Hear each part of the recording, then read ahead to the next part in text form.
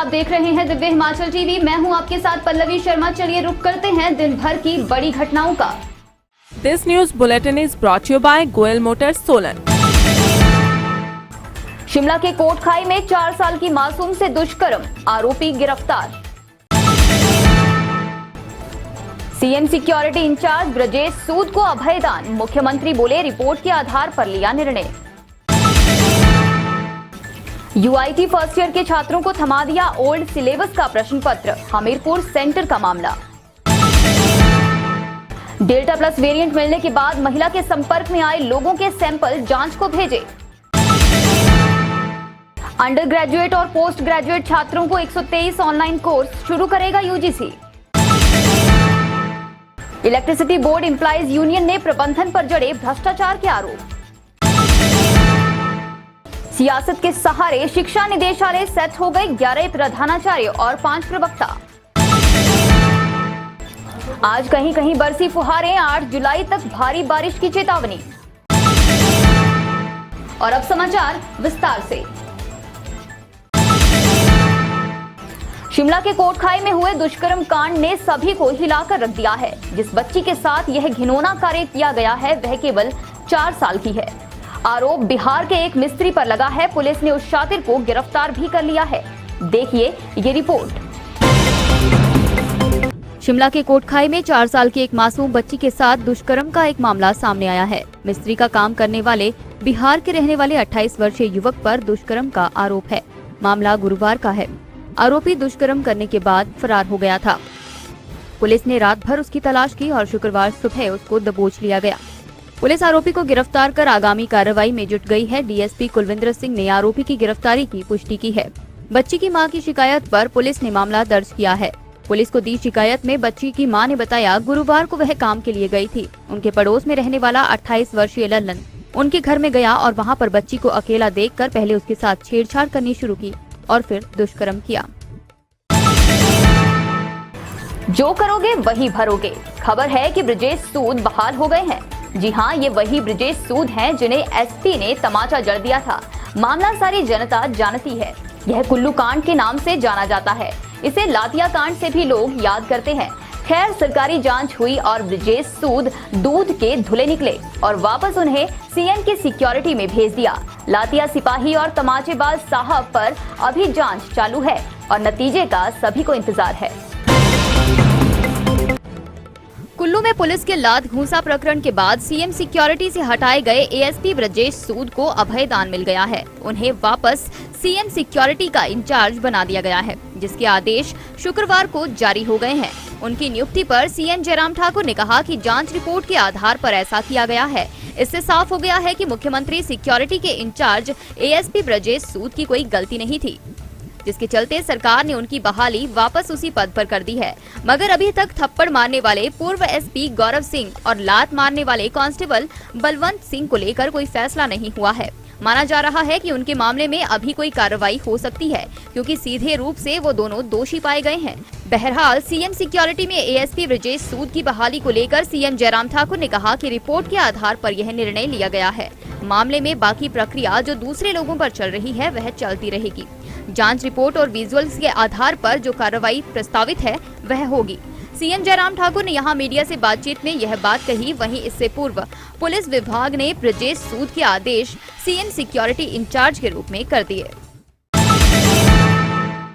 कहते हैं तनाव और दबाव में हमेशा ही काम खराब होता है। आज भी कुछ ऐसा ही हुआ। जल्दबाजी में हो रही कॉलेज परीक्षाओं पर बड़ी लापरवाही सामने आई है। एचपीयू के यूआईटी डिपार्टमेंट में फर्स्ट ईयर के छात्रों को पुराने सिलेबस का प्रश्न पत्र थमा दिया गया। एचपीयू की तरफ से बनाए गए हमीरपुर सेंटर में यह मामला गुरुवार को सामने आया। संक्रमण के बीच जल्दबाजी में हो रही कॉलेज परीक्षाओं पर बड़ी लापरवाही सामने आई है। एचपीयू के यूआईटी डिपार्टमेंट में फर्स्ट ईयर के छात्रों को पुराने सिलेबस का प्रश्न पत्र थमा दिया गया। एचपीयू की तरफ से बनाए गए हमीरपुर सेंटर में यह मामला गुरुवार को सामने आया। आरोप है कि फर्स्ट ईयर कंप्यूटर साइंस के छात्रों का बीते गुरुवार को मैथमेटिक्स का offline exam degree college Hamirpur में हुआ।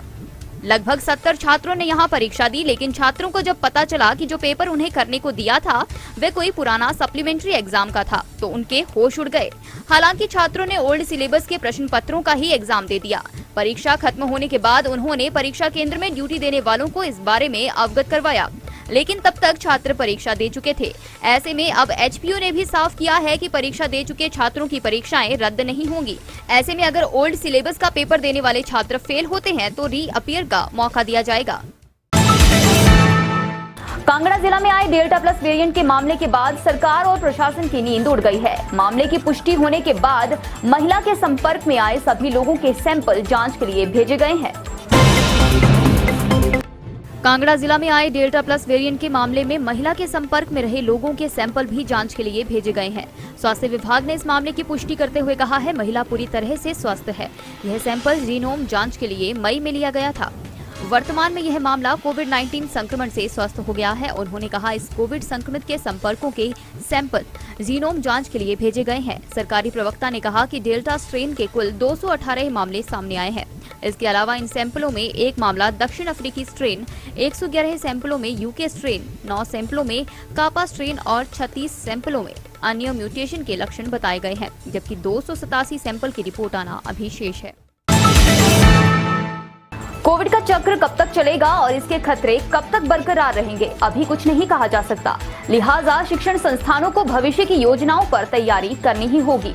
इसी सोच को आगे बढ़ाते हुए अब विश्वविद्यालय अनुदान आयोग ने 123 विभिन्न ऑनलाइन कोर्स शुरू करने का निर्णय लिया है। विश्वविद्यालय अनुदान आयोग ने 123 विभिन्न ऑनलाइन कोर्स शुरू करने का निर्णय लिया है। यूजीसी के इस निर्णय के जरिए कुल 123 ऑनलाइन कोर्स में से पोस्ट ग्रेजुएट स्टूडेंट के लिए 40 प्रोग्राम और अंडर ग्रेजुएट छात्रों के लिए 83 प्रोग्राम तय किए गए हैं। यूजीसी के निर्देशों पर हिमाचल के कॉलेज व विश्वविद्यालय के छात्रों को यूजीसी के ऑनलाइन प्लेटफॉर्म के बारे में जागरूक किया जाएगा। इसके साथ ही राज्य में भी यूजीसी की गाइडलाइन के तहत अब ऑनलाइन स्टडी पर ज्यादा फोकस रहेगा। प्रदेश भर के छात्र यूजीसी द्वारा ऑफर किए जा रहे इन पाठ्यक्रमों का लाभ उठा सकते हैं। छात्रों को स्वयं ऑनलाइन प्लेटफॉर्म के माध्यम से इन पाठ्यक्रमों के लिए आवेदन करना होगा। पाठ्यक्रमों की पूरी जानकारी और पात्रता के लिए छात्र यूजीसी की वेबसाइट चेक कर सकते हैं। बिजली बोर्ड में छाई निरंतर की सुस्ती को लेकर आज यूनियन ने जोरदार हमला बोला है। आज यूनियन की हुई बैठक में बोर्ड प्रबंधन पर कई गंभीर आरोप जड़े गए। देखिए ये report. Himachal Pradesh state electricity board employees union के राज्य पदाधिकारियों की बैठक शुक्रवार को शिमला स्थित यूनियन कार्यालय में प्रदेशाध्यक्ष कुलदीप खरवाड़ा की अध्यक्षता में हुई। बैठक में बिजली बोर्ड में पनप रहे भ्रष्टाचार पर विस्तृत चर्चा हुई और चिंता जताई गई कि प्रदेश सरकार बिजली बोर्ड में भ्रष्टाचार पर अंकुश लगाने पर विफल रही है। इसके विपरीत ईमानदार अधिकारियों को नजरअंदाज कर दागदार अधिकारियों को पदोन्नत कर भ्रष्टाचार के लिए सम्मानित किया जा रहा है। यूनियन ने आरोप लगाया कि बिजली बोर्ड की सर्विस कमेटी की बैठक नियमित रूप से न होने से junior teammate, junior helper, junior office assistant व अकाउंट्स तथा कंप्यूटर ऑपरेटर के पदोन्नति सर्विस रूल नहीं बन पाए, जिससे बोर्ड में नई भर्तियों से आए कर्मचारियों में भारी रोष है। फैसला लिया गया है कि यूनियन भ्रष्टाचार व कर्मचारियों की लंबित इन मांगों पर पूरे प्रदेश में अभियान चलाएगी और भ्रष्टाचार का भंडाफोड़ किया जाएगा। इससे बड़ी राजनीति और क्या हो सकती है कि जिन शिक्षकों को स्कूल में होना चाहिए वे निदेशालय में बैठना चाहते हैं। और सबसे बड़ा प्रश्न यही है कि उन्हें शिक्षा निदेशालय में कौन पहुंचा रहा है। क्या राजनेता इसी तरह से शिक्षा के ढांचे को बर्बाद करते रहेंगे? क्यों छात्रों के भविष्य के साथ ऐसा खेल खेला जा रहा है? देखते हैं ये रिपोर्ट। लगता है कि सरकारी स्कूलों के शिक्षकों को अब पढ़ाना अच्छा नहीं लगता। वर्तमान में शिक्षा निदेशालय में 16 ऐसे शिक्षक हैं जिनकी निदेशालय में सरप्लस नियुक्तियां कर दी गई हैं। इसमें 11 प्रधानाचार्य और 5 प्रवक्ता के पद पर तैनात हैं। निदेशालय में सरप्लस ड्यूटी दे रहे शिक्षकों की सैलरी स्कूलों से आ रही है। ऐसे में सवाल उठता है कि आखिर बाबू बनने वाले शिक्षकों पर सरकार क्यों इतनी मेहरबान है? क्यों सरकार टीचर को बाबू बनाने पर तुली हुई है? सूत्रों की माने तो निदेशालय में सीएम कार्यालय से नोट लेकर शिक्षक आ रहे हैं। महत्वपूर्ण तो ये है कि जब 1.5 साल से स्कूल बंद हैं और शिक्षक घर से छात्रों को ऑनलाइन पढ़ा रहे हैं, तो चंद शिक्षक क्यों अपना तबादला निदेशालय में करवाना चाहते हैं? आइए जानते हैं मौसम का हालचाल। तपते हिमाचल में राहत की फुहारें बरसी हैं। शुक्रवार को सुबह के समय प्रदेश के मैदानी इलाकों सहित पहाड़ों पर कुछ स्थानों पर हल्की बारिश हुई है। राज्य में बीते 24 घंटों के दौरान भी कई क्षेत्रों में बारिश हुई है। बारिश होने से अधिकतम तापमान में 1 से 5 डिग्री तक की गिरावट आई है। हालांकि प्रदेश में अभी भी जनता को गर्मी से पूरी तरह राहत नहीं मिल पाई है, मगर मौसम में आई करवट और आगामी दिनों के दौरान बारिश होने से तापमान में और गिरावट आने की संभावना जताई जा रही है। मौसम विभाग के पूर्वानुमान के तहत प्रदेश के मैदानी इलाकों सहित मध्यम ऊंचाई वाले क्षेत्रों में 6 जुलाई तक भारी बारिश होगी। मौसम विभाग द्वारा राज्य में भारी बारिश के साथ तूफान चलने का अलर्ट जारी किया गया है। 8 जुलाई तक मौसम खराब बना रहेगा। और अब चलते चलते भाजपा के राष्ट्रीय अध्यक्ष जगत प्रकाश नड्डा का दौरा तय, 4 जुलाई को आएंगे हिमाचल। बड़सर के विधायक के साथ उलझे बिजली बोर्ड के कर्मचारी, रात 11 बजे दफ्तर पहुंचे थे इंद्रदत्त लखनपाल। बीबीएन में झोला छाप डॉक्टरों पर प्रशासन ने कसा शिकंजा, पंजहरा में एक क्लिनिक किया सील। कांगड़ा शिमला 4 लेन के निर्माण की प्रक्रिया शुरू, 3 महीने के भीतर हो जाएगा भूमि अधिग्रहण। आज के बुलेटिन में फिलहाल इतना ही। मिलते हैं आपसे अपने अगले बुलेटिन में, तब तक के लिए नमस्कार।